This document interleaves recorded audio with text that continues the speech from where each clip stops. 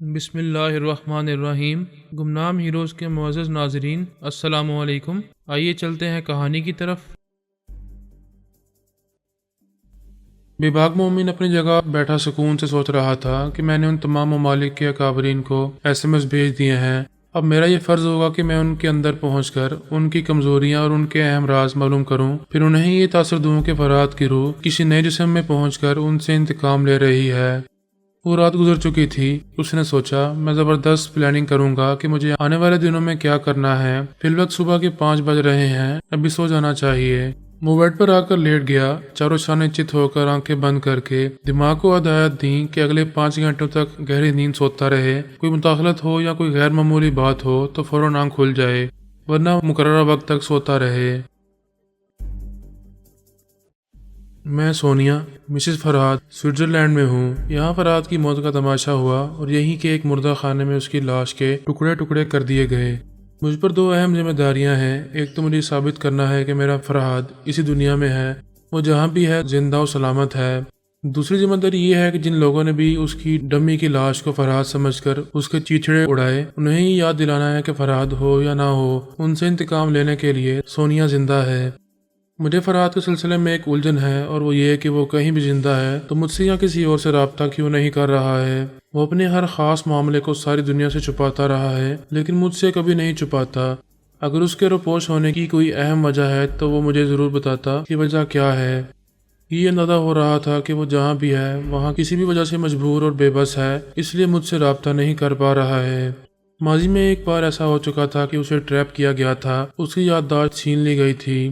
اس بار بھی ایسا ہی ہو سکتا تھا۔ وہ فوراً کسی بھی وجہ سے خیال خوانی کے قابل نہیں رہا ہے۔ اگر خیال خوانی کے قابل ہوتا تو سب سے پہلے مجھ سے رابطہ کرتا۔ میں اسی تجسس میں مبتلا رہ کر اسے جلد سے جلد ڈھونڈ لینا چاہتی ہوں۔ دشمنوں سے انتقام لینا بھی ضروری ہے۔ ہو سکتا ہے کہ انتقامی کارروائی کے دوران فرہاد کے سلسلے میں کچھ ایسی معلومات حاصل ہوں جو میرے لیے خلاف توقع ہوں۔ ماضی میں کئی بار ایسا ہو چکا تھا کہ میں خلاف توقع اچانک ہی اپنی منزل تک پہنچ جاتی تھی۔ اب جیسا کہ بیان ہو چکا ہے کہ سپر پاور اور دوسرے تمام بڑے ممالک فرہاد کی موت کا یقین کرنا چاہتے تھے، اس لیے انہوں نے تجربہ کار ڈاکٹروں، فنگر پرنٹس اور علم الاجسام کے ماہرین وغیرہ کی خدمات حاصل کی تھیں۔ میں ان ماہرین تک اور ان ممالک کے اکابرین تک پہنچ کر بہت کچھ معلوم کر سکتی تھی۔ اس مقصد کے لیے ٹیلی پیتھی کا سہارا ضروری تھا۔ ایسی وقت الپا نے میرے پاس آ کر مجھے مخاطب کیا، مما السلام علیکم۔ میں نے سلام کا جواب دیتے ہوئے حیرانی سے پوچھا، وعلیکم السلام، تم آج پہلی بار سلام کر رہی ہو، کیا بات ہے؟ وہ بہت ہی خوشی کا اظہار کرتے ہوئے بولی، میں نے اعلیٰ حضرت کے سامنے اسلام قبول کیا ہے۔ میں نے ایک دم سے خوش ہو کر کہا، تم تو بہت بڑی خوشخبری سنا رہی ہو۔ تم پہلے بھی ہماری اپنی تھی، ہمیں تم پر اعتماد تھا، لیکن اب تو تم پر اور اندھا اعتماد کریں گے۔ فرہاد کو معلوم ہوگا تو وہ… میں کہتے کہتے رک گئی۔ بے خیالی میں یہ کہنے والی تھی کہ فرہاد میرے یقین اور اعتماد کے مطابق زندہ ہے۔ وہ بولی، مما میں آپ کے جذبات کو سمجھ رہی ہوں، آپ اپنے دل اور دماغ کے اندر انہیں زندہ و متحرک دیکھ رہی ہوں گی۔ وہ ایک سر دابر کر بولی، میں نے اسلام قبول کیا ہے، اگر پاپا ہوتے تو وہ خوش ہو کر مجھے گلے لگا لیتے۔ وہ بہت خوش تھی اور میرے پاس ہی خوشخبری سنانے کے لیے آئی تھی، لیکن فرہاد کا ذکر ہوتے ہی رونے لگی۔ میں نے کہا، الپا ہم زندگی کے عملی میدان میں مختلف حالات سے لڑتے لڑتے پتھر بن گئے ہیں، اب ہماری آنکھوں میں آنسو نہیں آنے چاہیے۔ کیا فرہاد کی موت پر تم نے مجھے روتے دیکھا ہے؟ آپ بہت ہی عجیب و غریب ہیں، آپ جیسا دل و دماغ کسی اور کا نہیں ہو سکتا۔ جسے صحیح لفظوں میں فولاد کہا جائے وہ آپ ہیں۔ ٹیلی پیتھی کی دنیا میں تم بھی ایک طویل جدوجہد کرتی آئی ہو، تم بھی فولاد ہو، ابھی تمہیں جذبات میں نہیں بہنا چاہیے۔ آنسو پوچھ لو اور ہنستی بولتی رہو، تم نے اسلام قبول کیا ہے، انوشے کو تو سب سے زیادہ خوشی ہوئی ہوگی۔ وہ آنسو پوچھتی ہوئے بولی، میری بیٹی نے یہ سنتے ہی مجھ سے لپٹ کر اتنا پیار کیا کہ میں نہال ہو گئی۔ ایک اور خوشی کی خبر ہے مما۔ ہاں، ہنسی خوشی کی باتیں کرو، بولو کیا خبر ہے؟ اعلیٰ حضرت نے مجھے ہدایت کی ہے کہ 4 مہینے اور 10 دنوں تک پارس سے دور رہوں، ان سے پردہ کروں۔ یہ مدت گزر جانے کے بعد ان سے میرا نکاح پڑھایا جائے گا۔ میں نے کہا، واقعی یہ تو بہت ہی خوشی کی بات ہے، تم پارس کے ساتھ پھر سے ایک نئی ازدواجی زندگی گزارو گی، میں تمہیں مبارکباد دیتی ہوں۔ شکریہ مما۔ آپ وہاں تنہا سوئٹزرلینڈ میں کیوں ہیں؟ یہاں چلی آئیں۔ میں کچھ عرصے تک بابا صاحب کے دائرے میں نہیں آؤں گی، میرا ایک اہم مشن ہے، میں اسے پورا کرنا چاہتی ہوں۔ کیا میں اس مشن کے بارے میں پوچھ سکتی ہوں؟ मैं भी फरहाद की किसी भी औलाद को, किसी भी बहू को ये नहीं बताना चाहती थी कि अपने गुमशुदा मजाजी खुदा को तलाश कर रही हूँ। मेरा यकीन मेरी तलाश किसी भी पहलू से गलत साबित हो सकती थी, लिहाजा उसे पा लेने के बाद ही एक सरप्राइज गिफ्ट के तौर पर बच्चों के सामने पेश कर सकती थी। अल्पा उसी मिशन के बारे में पूछ रही थी। मैंने कहा, मुझे एक शख्स की तलाश है, मैं उसका पता ठिकाना नहीं जानती, फिर भी उसे तलाश करना है। आप उसका पता ठिकाना नहीं जानती, क्या फ़ोन नंबर जानती हैं? मैं उसके बारे में कुछ भी नहीं जानती। फरहाद ने अपनी ज़िंदगी में कहा था कि जब उसका वजूद इस दुनिया से गुम हो जाएगा तो मेरी ज़िंदगी में एक नया लाइफ पार्टनर आएगा और मुझे उस लाइफ पार्टनर को ढूंढ निकालना है। जब पापा ने ऐसा कहा था तो उन्होंने उसकी कोई पहचान भी बताई होगी। बस इतना कहा था कि वो शख्स भी तुम्हारे पापा की तरह उम्र रसीदा होगा, मगर सेहतमंद होगा, उनकी तरह कद्दावर और मजबूत आसाब का मालिक होगा।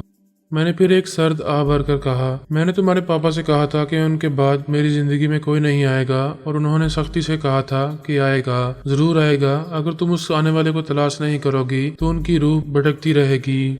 मैंने कुर्सी की पुश्त से टेक लगाते हुए कहा, मैं नहीं चाहती कि उनकी रूह भटकती रह जाए। उन्होंने मुझसे वादा लिया था और मैंने कहा था कि अच्छी बात है, जब तक मैं उस गुमनाम लाइफ पार्टनर को तलाश नहीं करूंगी उस वक्त तक बाबा साहब के दायरे में नहीं जाऊंगी, उसके साथ ही वहां आऊंगी।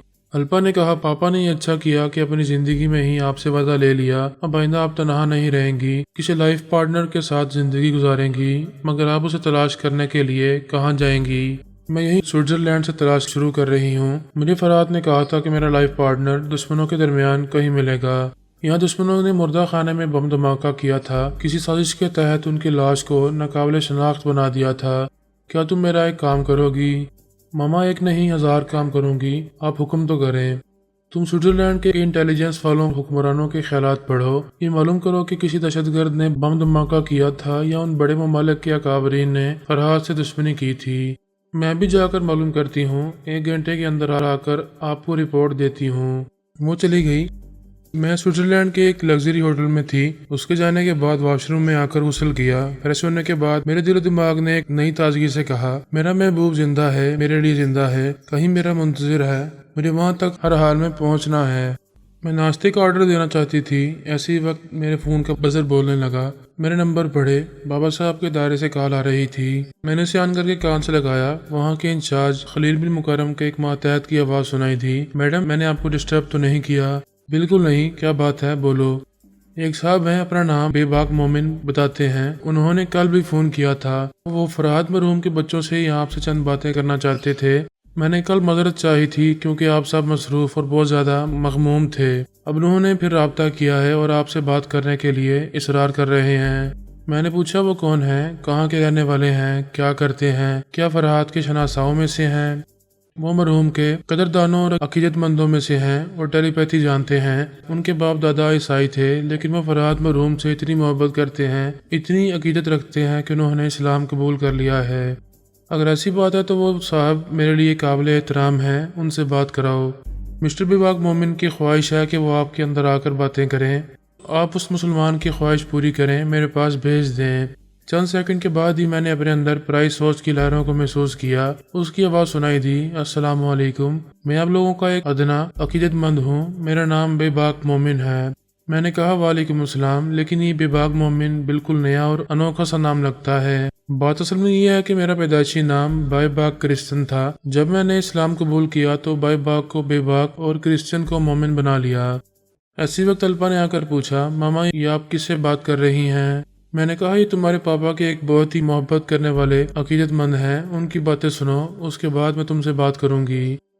बेबाक कह रहा था, आपके तमाम फैमिली मेंबरान से न जाने कितने लोग अफसोस कर रहे होंगे, आप सबका दिल पहले ही दुखा हुआ है। ऐसे में तज़ियत करते वक्त कोई मरहूम के गुण गाता है, उनकी खूबियां बयान करता है, उनकी याद दिलाता है, तो दिल और ज्यादा दुखने लगता है। मैंने कहा, तुमने दुरुस्त कहा, उनकी वफात के बाद तुम क्या कहना चाहोगे? वो जल्दी से बोला, देखिए, मैं ये नहीं कहता कि फरहाद साहब को मरना नहीं चाहिए, मौत तो सभी को आती है और आती रहेगी। दरअसल उनके लिए मेरी मोहब्बत अंधी है, मैं एक अंधा अकीदतमंद हूँ, इसलिए मैंने अपने अंदर उन्हें जिंदा रखा है और ये अहद किया है, दुश्मनों के दरमियान भी उन्हें जिंदा रखूंगा। जिन्होंने उनकी लाश की बेहुरमती की है, उनकी नींदें हराम कर दूंगा। मैं पिछली रात से अब तक फरहाद अली तैमूर बनकर उनका सुकून बर्बाद कर चुका हूँ। अल्पा ने हैरानी से पूछा, मिस्टर बेबाक तुम कौन हो? तुम तो इंतकाम लेने के मामले में हमसे 2 हाथ आगे निकल गए हो। मैंने कहा, मुझे तुम्हारी बातें सुनकर खुशी हो रही है। इसका मतलब ये है कि तुम उन तमाम दुश्मनों को जानते हो जिन्होंने उनकी लाश की बेहुरमती करने की जुर्रत की है।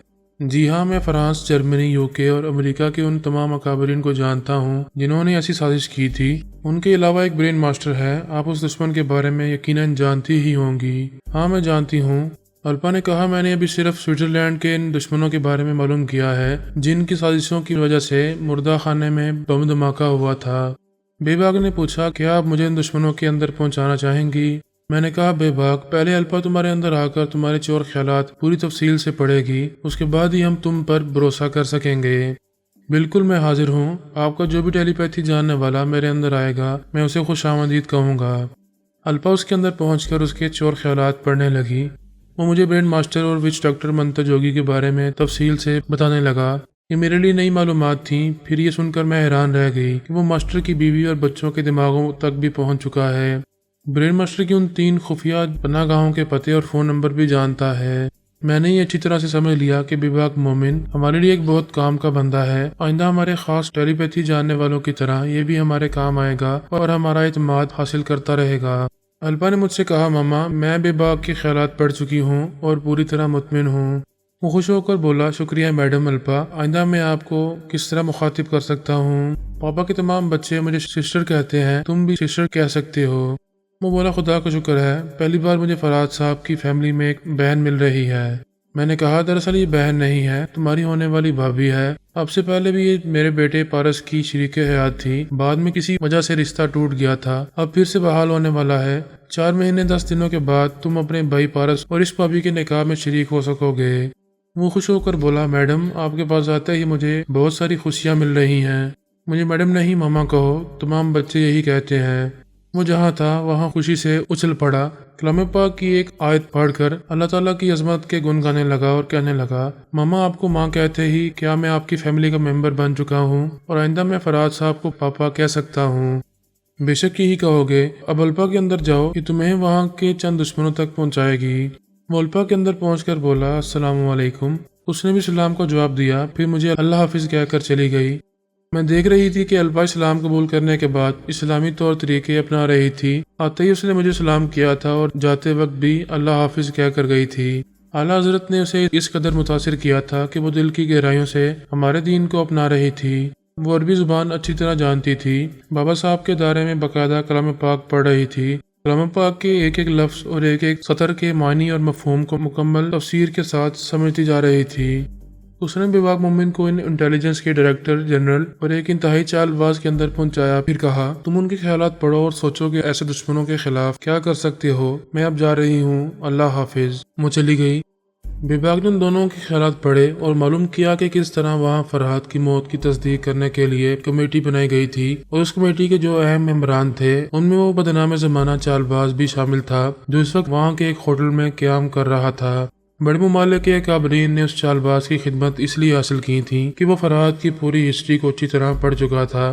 फरहाद ने अपनी ज़िंदगी में बेशुमार मुखालफिन के खिलाफ जैसी जैसी चालबाजियों का मुजाहरा किया था, उन सब का रिकॉर्ड उस चालबाज के पास था। वो खुद भी इंतहाई मकार था और बड़ी हेरा फेरी से लाखों डॉलर्स कमाता था। उस चालबाज ने कमेटी के इजलास में बताया कि फरहाद ने माजी में कई बार अपनी मौत का जबरदस्त ड्रामा प्ले किया था। हर बार ऐसा ही लगा जैसे वो सचमुच मर चुका है, लेकिन कुछ अरसे के बाद वो फिर हमारी दुनिया में चला आया। उसने इजलास में एक एक तफसील बताई थी कि फरहाद ने किस तरह चालबाजी से पहले अपनी मौत का यकीन दिलाया और फिर जिंदा होकर वापस चला आया।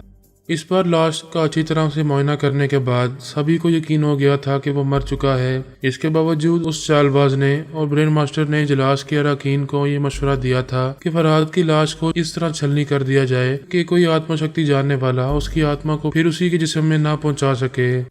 फ्रांस के एक मिनिस्टर ने भी उसी होटल में क्याम किया था और उस चालबाज से एक सौदा किया था। उससे कहा था, यहाँ किसी होटल में फ्रांस का एक फॉरेन मिनिस्टर आया हुआ है, अगर किसी तरह उसका खात्मा हो जाए और वो फ्रांस वापस ना जा सके तो उसकी कुर्सी मुझे मिल जाएगी। उस चालबाज ने कहा, ये मेरे लिए कोई बड़ी बात नहीं, उस फॉरेन मिनिस्टर की निशानदेही करो, मेरे अहलकार उसे ठिकाने लगा देंगे। उसने कहा, मेरा एक आदमी उस फॉरेन मिनिस्टर के बंगले में मुलाजिम है, मुझे वहाँ की रिपोर्ट देता है। उसने भी बताया है कि वो मिनिस्टर भी स्कीइंग क्लब जाएगा और खुद स्कीइंग करेगा। बेबाक मोमिन उन दोनों की बातें सुनने के बाद मेरे पास आकर बोला, मामा, पापा मरहूम के 2 दुश्मन यहीं आपके करीब हैं, मुझे उनके बारे में बताओ, वो यहाँ क्या कर रहे हैं, फिर मुझे उन तक पहुँचा दो और मेरे अंदर रहो, मैं खुद उनसे निमट लूंगी। मैं होटल से बाहर आ गई। बेबाक ने बताया कि वो क्लब करीब ही है, इसलिए कार में जाना जरूरी नहीं है। मैं वहां से पैदल ही जाने लगी। छोटी बड़ी सड़कों पर जमी हुई बर्फ हटाने के लिए आइस स्वीपिंग गाड़ियां और ट्रेलर्स गश्त कर रहे थे। सड़कें आमदोरफ्त के काबिल बनाई जा रही थीं। कितने ही मजदूर सड़कों के किनारे थे, वो बेलचों से फुटपाथ की बर्फ एक तरफ कर रहे थे।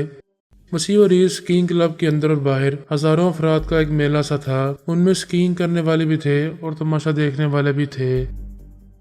बेबाक मोमिन ने ख्यालख्वानी के जरिए पहले चालबाज के अंदर, फिर फॉरेन मिनिस्टर और फूड मिनिस्टर के अंदर जाकर देखा कि वो तीनों कहाँ हैं। फिर मुझे आकर बताया, मामा, फॉरेन मिनिस्टर अभी ड्रेसिंग रूम में है, वहां से तैयार होकर स्कीइंग के लिए बाहर आएगा। चालबाज ने किराए के कातिल को हासिल किया है, वो उस मिनिस्टर का पीछा करता हुआ जाएगा, फिर किसी वीराने से गुजरते वक्त उसे कत्ल कर देगा।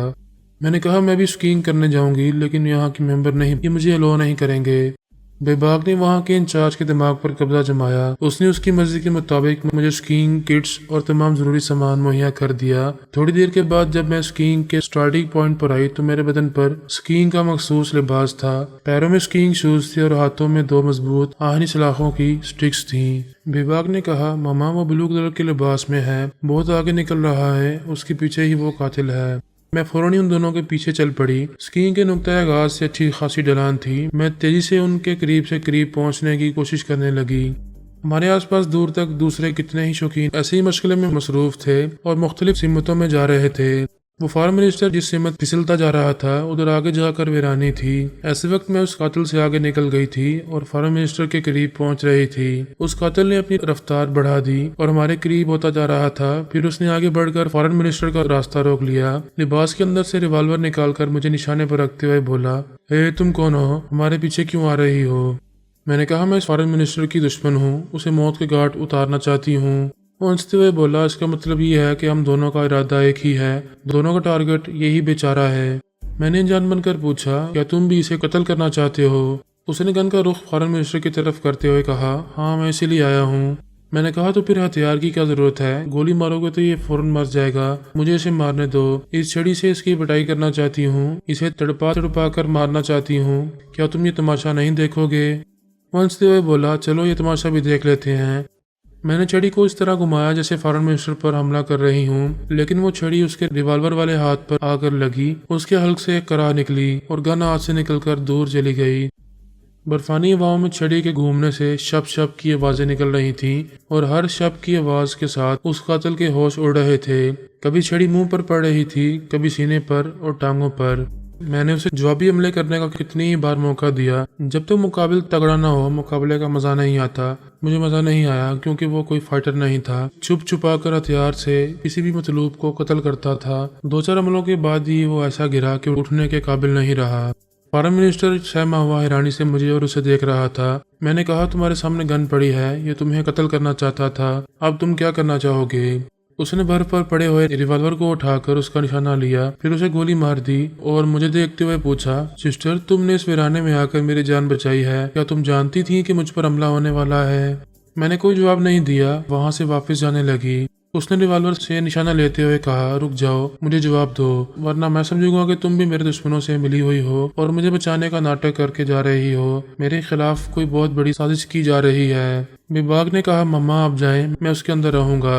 वो सोच रहा था कि मुझे जख्मी करेगा, फिर कानूनी तौर पर मुझे अपनी कस्टडी में लेकर टॉर्चर करेगा, मुझसे हकीकत उगलवाएगा कि उसके खिलाफ कौन साजिश कर रहा है और क्यों कर रहा है। उसने एक फायर किया, फिर दूसरा किया, फिर तीसरा। गोलियां मुझे नहीं लग रही थीं। उसने हैरानो परेशान होकर दोनों हाथों से रिवॉल्वर को थामे अच्छी तरह निशाना लेकर मुझ पर गोली चलाई। एक ही फायर हुआ, उसके बाद खट खट की आवाज आने लगी। रिवॉल्वर का चैम्बर खाली हो गया।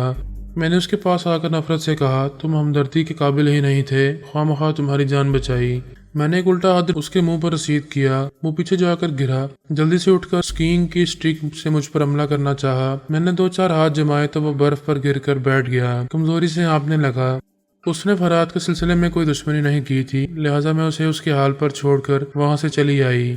फूड मिनिस्टर अपने होटल के कमरे में बैठा हुआ इस खुशखबरी का मुंतजर था कि फॉरेन मिनिस्टर को ठिकाने लगा दिया गया होगा। उसने फोन पर चालबाज से पूछा, 1 घंटा गुजर चुका है, तुमने कोई खुशखबरी नहीं सुनाई।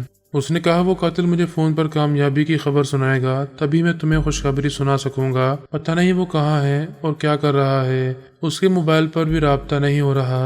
बेबाक ने मुझे फूड मिनिस्टर के दरवाजे के सामने पहुंचा दिया। वो अंदर से लॉक था। मिनिस्टर ने बेबाक की मर्जी के मुताबिक वहां पहुंचकर जैसे ही लॉक को खोला, मैंने बाहर से एक जोर की लात मारी। दरवाजा उसके मुंह पर लगा। वो लड़खड़ा कर पीछे चला गया। एकदम से झुंझला कर बोला, कौन हो तुम? मैंने अंदर आकर दरवाजे को बंद करते हुए कहा, मैं फरहाद की आत्मा हूँ, भटकती हुई तुम्हारे पास आई हूँ। वो पलटकर दौड़ता हुआ बेड के पास गया। उसका इरादा था कि तकिए के नीचे से रिवॉल्वर निकालकर वहां से पलटकर फायर करेगा। मेरी एक लात पड़ते ही रिवॉल्वर उसके हाथ से निकलकर दूर चला गया।